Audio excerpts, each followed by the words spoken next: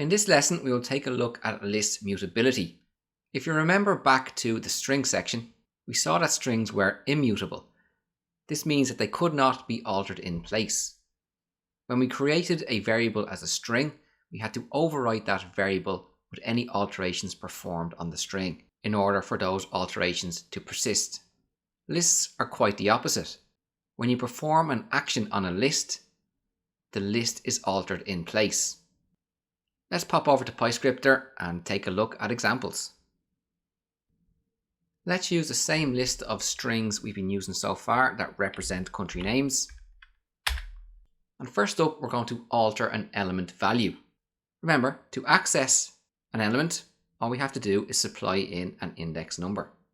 We'll call our country list variable, and we'll access the first element at 0, which is Ireland.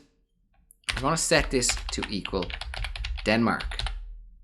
So we are reassigning our first element to be the string Denmark. Hit enter. And now when we print the country list to screen, we can see Ireland has been replaced by Denmark.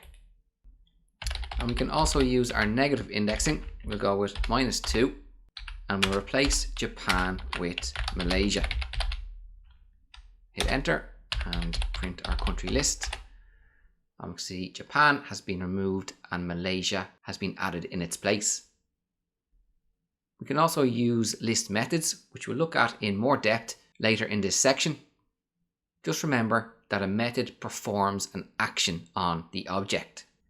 We'll call our country list variable. We'll do dot notation, and we can see here the list of methods available. We're going to call the first one there, which is append. And we're going to append the string Mexico to our list. Hit enter.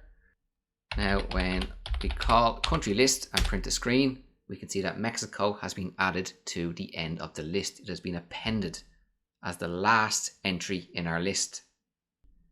Just note, we did not have to reassign our country list variable. We didn't have to set it to equal country list dot append and then add in Mexico. But we did have to do this when we were using a string, because strings are immutable and lists are mutable.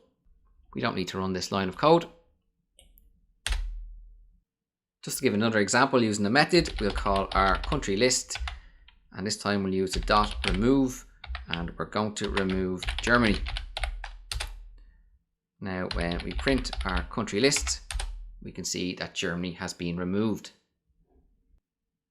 One nuance where mutability doesn't exactly come into play is when we use list concatenation.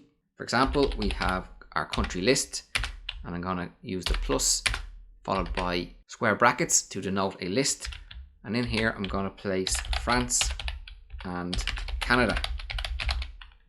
I'll hit enter. Although we can see that it has been applied in the Python interpreter, when I print country list, we can see it did not persist. In this instance, we would say country list equals country list plus our list that contains France and Canada. Hit enter and reprint country list. Now we can see that it persists. We could also use concatenation shorthand. So go country list, and we can use the plus equals, square brackets, and in here we'll put in Nigeria and Fiji.